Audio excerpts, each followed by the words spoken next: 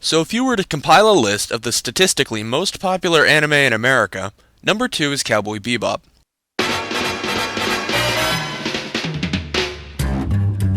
While we can certainly attribute some of this to the Adult Swim airings and re-airings, the show is really something worthwhile. Cowboy Bebop is an excellent blend of character-driven plots matched with a heavy emphasis on music. In fact, every episode is named after either a song or a style of music. What's more, to some degree, each episode matches the feel of that music. Ballad of Fallen Angels feels very epic, Mushroom Samba is wild and high-flying, The Real Folk Blues is sad, and so on. So, if we return to my every story has 3 things to say argument that I made in the Love Hina episode, I think Cowboy Bebop asks a broad question, a specific question, and then answers that specific question. As a matter of fact, the way I see it, this anime actually asks 2 really great broad questions. The first one is what influence music has on the world around us. Now this is mostly seen in the episode titles in relation to the episodes, as I mentioned above, but can also be seen in particular scenes, such as the revelation about Vicious's music box, one of the live music moments, or most prominently, any scene where the sound fades out and the music fades up.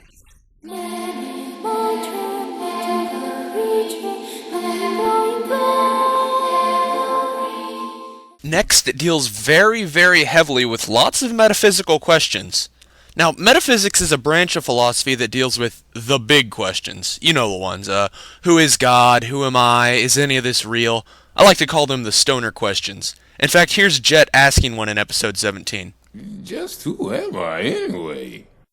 From questions about the connection between the mind and the body, to questions about God and man, to chaos theory, to questions about perception and how we view the world around us, almost every episode has a little metaphysics in it. Now, while these are certainly worth examination, it'll have to wait for another day.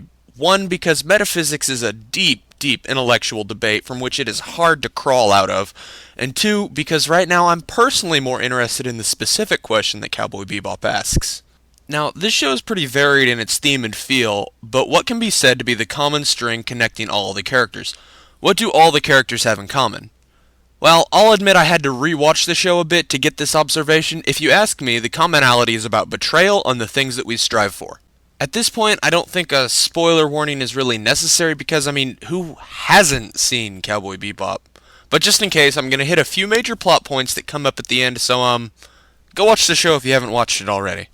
So, first we have Spike, a gang member turned bounty hunter. So Spike was a member of this notorious gang, meets this lady and wants to get out of the gang so he can be with her. He arranges a meetup with her, but she never shows up. Next is Jet, a former cop with a robotic arm. He got this arm when an investigation went wrong after his partner betrayed him. Then we have Faye, a complicated little pixie. Lacking any real knowledge of her past, Faye drifts from place to place looking for things to latch onto.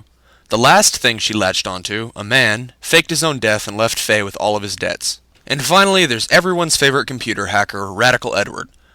A girl abandoned by her father, which, by the way, not speaking strongly of his character, her father's name is Excuse Me, Check Please in Turkish. Alright, so all the characters seem to have been betrayed by someone at some point, but what does this series really have to say about betrayal? Well, how do the characters resolve their betrayals? That leads into the other thing I said the series was about, the things that we strive for. See, for most of the series, almost all of the crew of the Bebop just seem to drift from place to place with no particular personal motivation, personal revelation episodes aside. What's interesting about this is that we almost always see what the bad guys are striving for. So, put as simply as I can figure, I think that Cowboy Bebop is about how trauma, in this case betrayal, can destroy our goals. While I love the crew on board the Bebop, not one of them has a particularly cheery backstory, and not one of them would seem to have a particularly cheery future either. Being that he has the most emotional weight and most impacting story, I'm going to use Spike as my main example from here on out. So first, let's give Spike a quick character analysis. So right from episode 1, we can tell that Spike is detached from the real world, engaging himself in the advice from mystics, sleeping on the ground, dressing up like a cowboy, and generally not caring if he lives or dies. This is a theme that persists throughout the series. We finally find out why he is so detached at the end of the series, though, when we learn about Julia, Vicious, and the Syndicate. As it turns out, back in his gangbanger days, Spike had a buddy by the name of Vicious, who had a girlfriend named Julia. Now, unknown to Vicious, Spike and Julia were having an affair and planned to run away together. However, to do this, Spike would have to leave the Syndicate, an action often met with horrible death.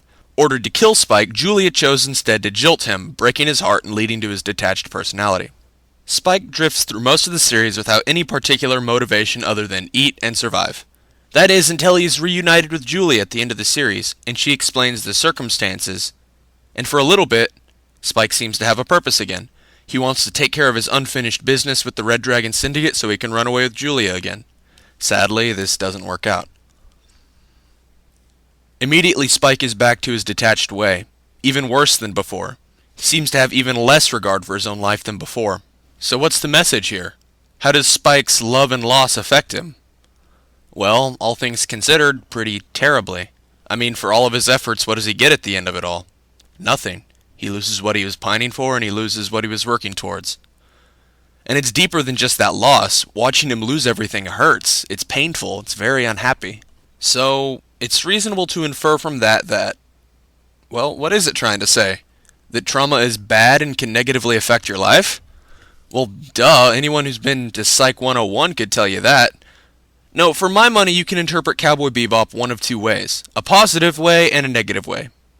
Positively, I think one could interpret the show to be implying that living with purpose is important, even though we all go through trauma.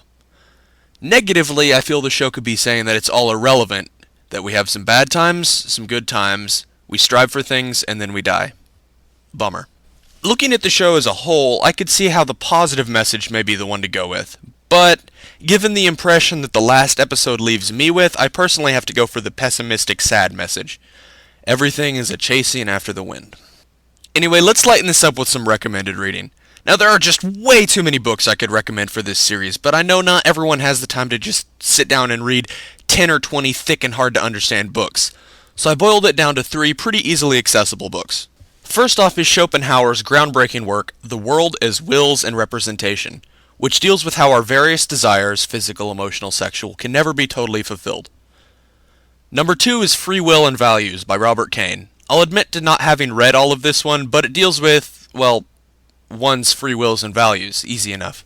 And lastly, I'm recommending the Bible again! Not the whole thing, just one single book out of the Old Testament called Ecclesiastes. It more or less talks about how nothing in the world is new and nothing leaves any lasting effect on the world. It's really great stuff.